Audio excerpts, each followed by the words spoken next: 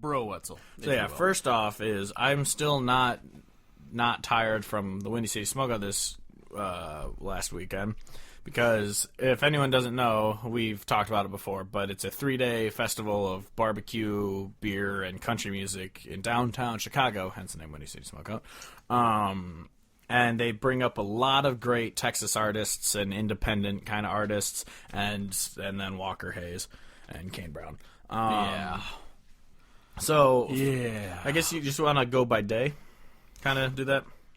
Yeah, sure, we can do that. So, the first day was Cody Johnson was the big one that we paid attention to, and he was, as always, just phenomenal. He's Cody Johnson. Don't have anything bad to say about that one. He's, we figured out how many times have I seen him now? 5 times, I think. I think that would have been your 5th, yeah. He's never had a bad show. He's great. He had a limited set time, but he still took time to do his thing he always does, where he asks anybody who's like a first responder or active military or anything like that to just raise their hand and just says, let's give him a hand and recognize him. So that was really cool that he took time out of his limited set to do that. Yeah. And he announced that he's got a new album coming out, which was very exciting. Yes, new music.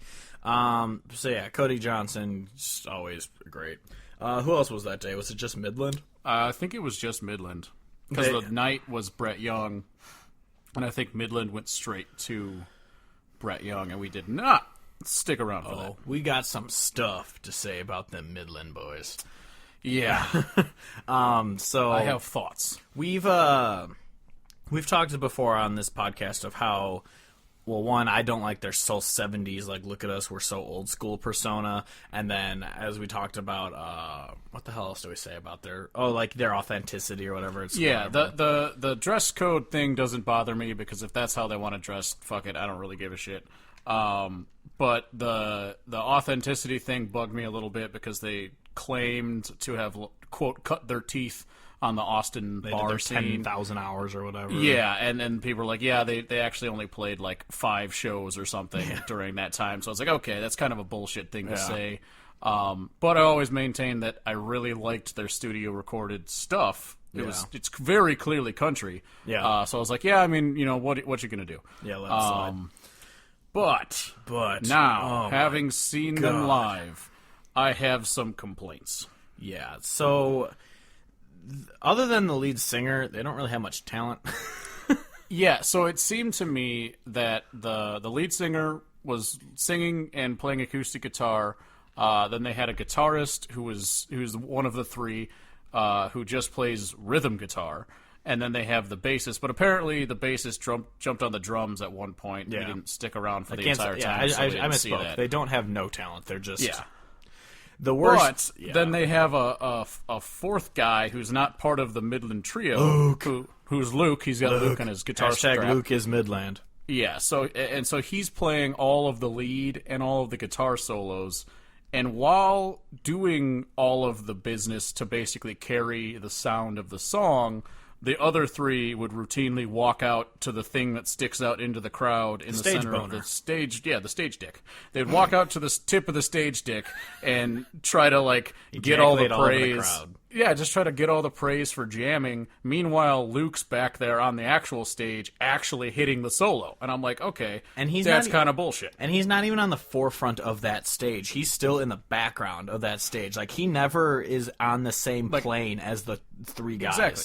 As they would transition between songs and he's playing the lead, yeah, he's still, in the back. And it just goes to show that those dudes are just attention whores. That's, that's all I got out of that show, is that these dudes just love attention. And it's just like, all right, you guys have good songs, but fuck you. It seems so much that it is the case that they were created, manufactured, put together by the label to do a thing. Yeah. I still will maintain that their music, as studio recorded music, and even they sounded fine live. They really did. Yeah. And their music is straight up country. It really is. It's just the authenticity thing. Exactly. The authenticity thing is starting to become more of a problem, having now seen them live and being like, the 3 of them try to hog the spotlight when they have a guy who's really carrying the bulk of the sound. Yeah, it's a little bullshit. But moving on to, hold on, I'm gonna pull up the app so I can see the lineup. So Saturday we started off that day. Was it Alex Williams the first one we saw that day? That sounds correct. Yeah, let's see. Friday. Who else? Also on Friday was Drake White. Yeah. He was fine. Saturday, we got there as Riley Green was finishing. That's right, because we were waiting for Alex Williams to go on, but Riley Green went over his time, and everyone's on the side of the stage just like looking at the screen like, when is this gonna fucking end? Like, the dude went like 5 minutes over, which isn't terrible, but it isn't terrible until the fact that he gets Alex to play for Williams half hour. only had a half hour, and it was like a hard half hour. Yep. Yeah, it's bullshit. But so we wanted to really talk about our favorite of Saturday, and like tied for the weekend, is Alex Williams. He was so good live. Yeah, and he's one that I listened to his entire album, before this past weekend. Yeah. And I did like it a lot. Yeah. But it was one of those things that, like, after seeing him live and how great he is live as a performer, and then just the whole sound all together, Like, hearing A Little Too I got an even Stoned better After appreciation. is such a great, like, it's such a great song. Oh God! But also, he's kind of the Mike Ryan of this year. If you don't know, last year we met Mike Ryan before his set, and then he went on and he put on an awesome show, and we became even bigger fans of him than we already were. That's kind of with Alex Williams, except in the other way. We saw him, and then we saw him after and met him and talked with him for a probably 15 minutes or something like that. Like, yes, you are cracking a can. I'm trying to take it out of the koozie and not make a bunch of noise. Well, you're failing. But anyway. It's not working! I blew my speaker out on that one. But yeah, apologies to everyone's ears. So yeah, we met him after and talked to him for a while, and he was awesome. Like, he's one of those guys who wasn't. I don't want to throw him under the bus if he doesn't want this public, but he's one of those guys who's not afraid to be like, fuck this pop country shit. Like, I believe his words at one point were, "I thought this was supposed to be a country fest." Yeah. It's so funny how much shade all these Texas artists threw. Like Charlie Crockett, Jamie Lynn, and Alex Williams were like, "I thought this was country music," and then and just acknowledging like, I play the music the way that I'm gonna play it. I call it country. I don't try to call it anything other than what it is. And they all had that same theme, and it was beautiful. Yeah. So yeah, Alex Williams, he's probably our favorite of Saturday. He was so good, and he was a really nice person, which obviously adds points for us. But yeah, he was definitely my favorite of Saturday. I love Aaron Lewis, obviously, and we'll get to that. Yeah. But I've seen him a couple times already, so like getting to see Alex Williams and how nice of a surprise it was that he was even way better than my expectation was great. Oh yeah, for sure. And then next was Ashley Bride. Oh yeah. Next was Ashley McBride was on the main stage, and she opened up with Girl Going Nowhere, which made me super happy because I love that song so much. And then obviously she played Bar and Dahlonega. I think I said it right that time. Dive Bar and Dahlonega. Yeah, and so she played that, and she was just awesome because you can tell that she's someone who doesn't take advantage of the fact that she gets to take the stage every night. Like, she actually does feel like blessed that she's up there. #blessed. And like, #blessed. She just like, she's so genuine in her sound and what she plays. And she also covered the Eagles while she was up there too. She did, I think, Take It Easy, maybe. I don't remember. But that sounds right. Yeah, it was something like that. But yeah, she was just an amazing live artist, and I hope I get to see her again. She's actually coming to, where the hell is, I think she's coming back to Chicago or something soon. I don't remember. Oh, nice. Yeah, but yeah, she's great. Then finally we saw Aaron Lewis, who was the second to last guy that day. We didn't stay for Brett Eldridge because why would we? Just to see Raymond, that would be the answer. Yeah, that's true. And I doubt he even played it because he was playing a festival that all the people were there to see him. It was so funny. We were talking to a friend of a friend of mine. We both went to college with her, but I was the only one who knew her. And we were talking to her before, and she was like, "We're just here for Brett Eldridge." I was like, "Yeah, we're leaving before Brett Eldridge." But yeah. Aaron Lewis, though, he played all of his stuff that's kind of been out so far. Like, obviously, he did Country Boy. He did 2 Stain songs this time, which was great. I was very excited. And of course, we got the typical. We knew it was gonna happen when he started doing "It's Been a While." He just because he goes, "I wrote this song 25 years ago," and he goes, "It's been a while," and it's been a while. all of a sudden this guy next to us just goes, "Wait, he wrote this song?" I go, Yeah. I'm like, yeah, that's the lead singer of Stained. Like, Yeah, that is him. and I understand. I mean, Stained was a big band, and that song was a big song. Yeah. But I feel like they're also one of those rock bands that was like kind of under the radar for the most part. So I can understand people not knowing it. But personally, Stained was a huge band in my childhood and upbringing. So I absolutely love him. I can definitely be a homer for Aaron Lewis at times because I still acknowledge that I love the song Northern Redneck despite how fucking cliche that song is. I still love it. Yeah, and he played it, and it was great. But I love him, and I love the Stain songs. He played Right Here, which is a great Stain song, and then, of course, It's Been a While. Yeah, and I don't know what I was going to say. I blanked. But one other thing is that he premiered a song called, I think it's Workin' is probably what it's called. I bet it'll be called And Workin'. even though, I think we've talked about it, that, like, country protest songs are getting kind of tired. Like, Well, country protest meaning people protesting the Nashville country sound. yeah. So, Not like protests. yeah, not like Boo Trump protest songs. Yeah. Like, if you don't know that, country protest songs, it means that they're protesting what's going on the radio by, like, shit-talking it in their songs. And Aaron Lewis is very publicly shit-talking Nashville. He's done it since he started being country.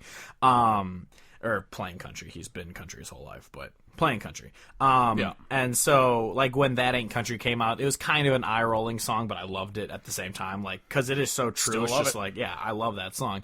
And so it's working. It's so great. It's just like all the dudes look the same, but somehow it's working, and it just goes like, why the hell is it working? And it's a really funny song. Because it's one of those things. Yeah, because it's one of those things, and I can again, like, I'm probably a homer to a certain extent. So I can understand when someone's like, yeah, he just has all those songs hating on the country machine, but then he has songs that are similarly cliched or whatnot. And I'm like, yeah, sure. But I feel like his songs that are protest songs are so, like, they're uniquely well done, I think. Yeah, well, it's like how people shit talk Endless Summer. I'm like, it's still just because he name drops Al Dean. That was before Al Dean released like a really bad song. Like, he had released whatever songs, but that was before Jason Aldean was releasing like just pop shit songs. Yeah, the moment Jason Aldean became the worst thing ever was when he released Burning It Down. That was the moment that he switched completely. Because he had, like, Take a Little Ride and other just kind of bad songs before that. But that, unlike the Brantley Gilbert song, what the fuck's that one called? The Dirt Road Anthem. Dirt Road Anthem. Like, he had those ones out before, and they were bad, but they weren't, like... I didn't think they were, like, these terrible sins. I just thought they weren't good. And but Burn a Little Bridge, or whatever the fucking song's called, it was terrible. It was beyond terrible. And it's kind of stupid that people are throwing Aaron Lewis on. I mean, I think people do it because they think he's a douchebag. Because how he acts on stage, he is kind of a douchebag. Oh, yeah. And he's very vocal about his political stances. And so that's always going to rub 50% of the population the wrong way. Yeah, exactly. And so people are, like, because I remember when he fucked up the national anthem, like, however many years ago. It was back when Deadspin was still funny and not just a liberal whatever. They posted an article of that douchebag from Stained fucked up the national anthem. Like, that was the headline of that article. Yeah, and he was so sad and apologetic about that. Oh, he obviously cares torn, tremendously. Yeah, exactly. That guy's not taking fucking up the pledge, or not the pledge. Yeah. The national anthem lightly. And also, he starts his concerts off with the Pledge of Allegiance, which I thought was funny. Yep. Even though the people that were there for Brett Eldredge didn't do anything about it, like, most guys took off their hats, but people were still just chatting their way through it. I was like, fuck you, pay attention. God damn it. Yep. But yeah, so Aaron Lewis is good. I'm excited for It's Working. Oh, what I was going to say before was how you were saying you grew up, like, loving Stained or whatever. I don't know if we talked about it on the podcast, but I think we talked about it at the concert of how you're the one who introduced me to Aaron Lewis when he first released. I mean, I had heard Stained before, obviously, but you're the one who's like, this guy Aaron Lewis is releasing Country Boy, and I listened to it and I was like, this guy just sounds bored when he sings. Yeah. And I remember saying that at the time, but obviously I grew to like Country Boy. That's also a dumb song, but I think it's an entertaining country song, though. Yeah, exactly. Moving on to Sunday, this was a phenomenal day because great day. Because the first two that played Well, obviously, if you're gonna go by just pure talent, Turnpikes wins the day because it's Turnpike. Turnpike's amazing, and I don't feel like we'll talk about them a little bit, but they're amazing. So what are you gonna say? But the first two of the day were the ones that blew us away. Was first Andrew Duhon. He was amazing. We went into Sunday being like, Alex Williams wins the weekend. He's the best. He's so good. No one's gonna up that. And then Andrew Duhon is just as amazing. He played. I didn't know he didn't play the one song by him that I knew, which kind of bummed me out. But he played all these new ones, like "Just Another Beautiful Girl" is the saddest song I've ever heard. He's got this, and he's from New Orleans, and he's got this sound that has this soul, blues elements in it, and he just does it so well. And it was just him and a piano player, and it was one of those shows that as it was happening, I was just thinking to myself, I don't ever want this feeling to stop. Just watching him play, it was just tremendous. I remember both of us, or you turned to me during "Just Not a Beautiful Girl," and you're like, "I literally have goosebumps." I was like, "Seriously, I do too." That song, fucking chills. It that was song unbelievable. blew me away. But so that was great. And then we went straight into Charlie Crockett, who was he's one that I've listened to recorded, and I've been like, I like him, he's good. But hearing him live was just another experience. That I was just like, it's just like Alex Williams. Hearing him live, it was just an entirely different experience, and I loved it. I was so excited to see him because I listened to him before last Medicine Stone and liked him a little bit, but didn't really know him that well. Yeah. And then after Medicine Stone, when we didn't get to see him at Medicine Stone, that's when I really started getting into his music and really listened to a lot of the albums and loved them. And I was like, shit, I really want to see this guy now. He's so good. I can't believe I didn't see him. And then seeing him live, he still, like you said with Alex Williams, he still took that to the next level. Yeah. Of I was expecting him to be great, and then he was just so fucking great, so good. Yeah, it was. And then also it was awesome because I was kind of looking around, and there was a decent crowd around there. I didn't expect that early in the day for there to be that many people there. I figured people, would start showing up when fucking Walker Hayes went on stage. I feel like it was all the Turnpikeites. But yeah, exactly. And that's the great thing about that day is we'll get to it we'll get to it Turnpike. But there were so many people there, and then I was looking around the crowd, and people are singing along to Charlie Crockett songs. I'm like, this is awesome. Yeah, because, it was beautiful. Because the days before... in Chicago, of all places. Yeah, people weren't singing really to Aaron Lewis. They weren't really singing to Cody Johnson. There was obviously a good chunk of Cody Johnson fans there, too, because he's huge. But there weren't that many, but there were a lot to Charlie Crockett. And then we met... oh, God, I forgot his name. I am so bad with names. Brian. I knew it was a B. I was going to say Brandon, but I was going to be wrong. Brian. Super cool guy. He was sitting there behind us singing. He goes, I've seen him 7 times this year already. We're like, oh, shit. That's awesome. And now I'm like, shit, I'm jealous because that's awesome. Yeah, and so we hung out with him for the rest of the day, and that expanded into meeting even more people after the Jamie Lynn Wilson set and just hanging out, and it was awesome. So it was really cool to meet all these awesome people who love real country as much as we do. And then moving on to Jamie Lynn Wilson. Yeah, because I don't care to talk about the Troy Cartwright let me down, and I'm bummed. Yeah, no, I don't.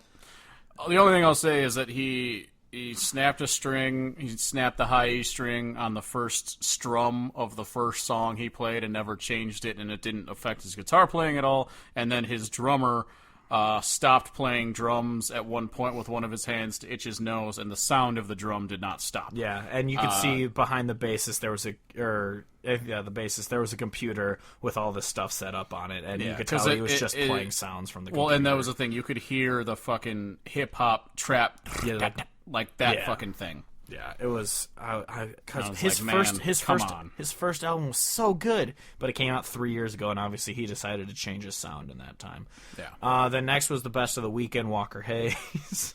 God, I am so angry that I had to be anywhere near that fucking shit show. I know, it was...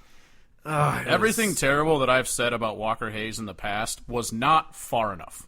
Yeah, no, seriously. Like, I hate him even more after hearing, even though he was far in the distance and in the background, I hate him even more after hearing that bullshit of a concert. Remember that one time he put a guitar on before the song started, and then he took the guitar off before the song started? No, it was before he started singing. He did have it on during the opening, but as he started singing, or before he started singing, he took it off. Before he started talking. Yeah, before he started talk rapping, he took off the guitar and started rapping, and it was the funniest thing, because he's just like, all right, we got this next song, puts on the acoustic guitar, the fucking hip-hop beat starts, and he takes it off and starts rapping. He didn't even strum it.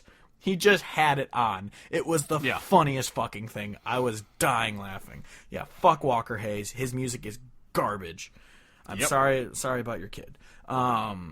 Seriously, that is super sad. That is terrible. I would never shit on someone for that, but his music is garbage. Music is garbage. Pile of garbage. But next is not hot pile of garbage. Right after that was Jamie Lynn Wilson, who was amazing. Yeah. Played a bunch of songs from her new album. We got to briefly talk with her after, and she was very nice. And I asked her, because she's pregnant right now, I was like, are you going to make it to Medicine Stone? She goes, I'm going to have a 1-month-old at Medicine Stone. Woo! Yeah, but she was amazing. Yeah, I'm really excited for, I was already excited for her new album, but then hearing some of the songs live was like, yes. Well, because she goes, I have a friend who tends to get drunk and call me, so I just started writing his shit down, because he doesn't remember that he wrote it. That was really funny. And then after that, we had to avoid the main stage at all costs, because good old My Dies Aren't Too Far Apart hit the stage, and oh god, he was not Walker Hayes bad, but still really fucking bad. And the good news is I didn't have to experience any of that. Oh yeah, Kevin got to leave to go to his sister's for a little bit, so he didn't have to put up with that. But what was really funny was, while you were gone, is how we met the other people. We went over to the Pissers, and we were walking out, and I was with a group of people, and I was really loudly just go, I just need more Kane Brown, or I love Kane Brown. And this guy turns around, just gives me the dirtiest look, like, what the fuck are you talking about? And so we chat with him for pretty much until we left after Turnpike, and they were super cool people, and that was really fun. And then finally, obviously, Turnpike, they're just amazing. Like, Turnpike is... They've transcended to a new plane of existence. That's basically all I can say about that. Like, I was sending out, if you guys don't follow us on Instagram, I was sending out stories on our Instagram the entire weekend, because I just, wanted to post about it. And all I could put for them was I just wrote gods. Yeah, they're so fucking good. It's amazing. It really is. Yeah, before they went on stage, I saw a kid who I was in a fraternity with, and he hates country music. He's always told me publicly how much he hates country music. He's like a metalhead, which is fine. I don't like what you like. But he was there with his girlfriend, who's a huge Brothers Osborne fan. And I'm like, yeah, I'm just here for her. She liked Brothers Osborne. I'm like, pay attention to the band before them, because they're literally the greatest band in country music right now. Like, listen to them. And then also they played Long Hot Summer Day, which made me super happy. And they closed with it. It was so great.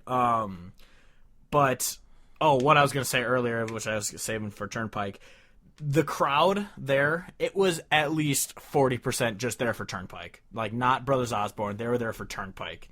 And it was beautiful to see all the people singing along, like really singing along. Like, you can hear it loudly. Mass. Yeah, exactly. It was so awesome. I loved it. The fact that there were that many Turnpike.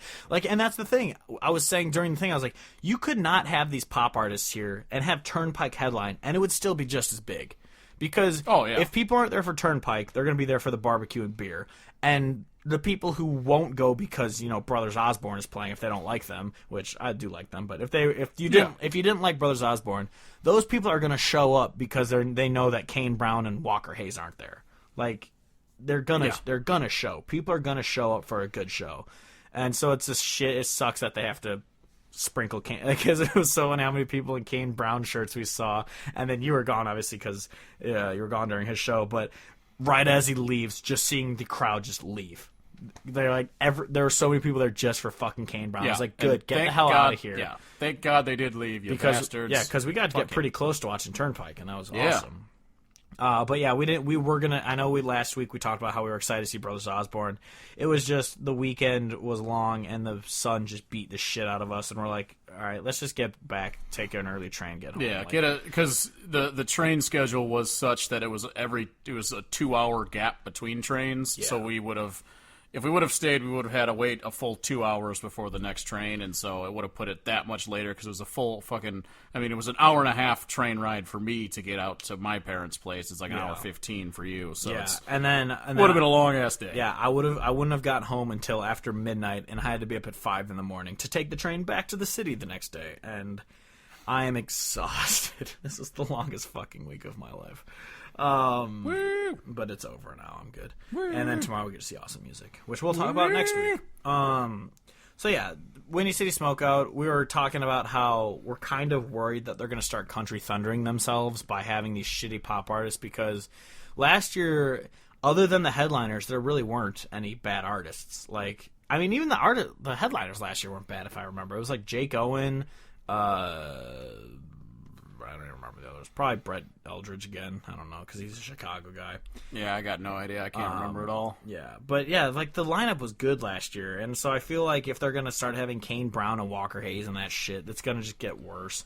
Yeah, my feelings are it's Chicago, so it's fucking expensive to be there. You know, the tickets aren't a bad deal for the 3 days, but everything inside is fucking expensive because it's Chicago. And so my thing is like, I don't know if I'll do the full 3-day thing again unless there's really fucking great artists every day. Yeah. But I would love it if they keep doing what they've been doing, where they have one day that has a pretty fucking stacked lineup all throughout the day, and I'll do the 1-day thing.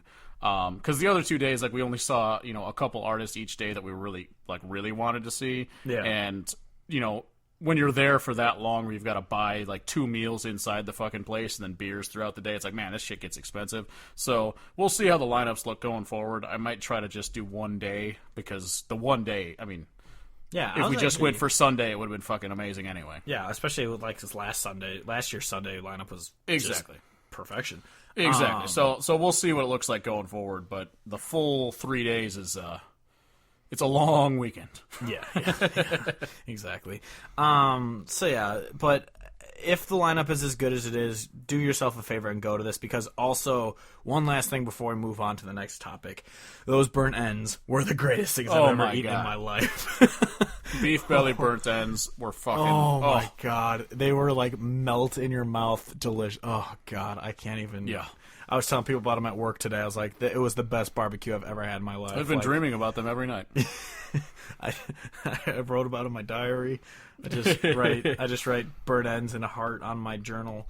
I brush my teeth to that shit. I brush my teeth with burnt ends. Exactly. It's not very efficient. Yeah, yeah. So Windy City Smokeout, do yourself a favor and go if you're in the area or whatever, or come in for it. I don't know. It's a good lineup and good food, good beer.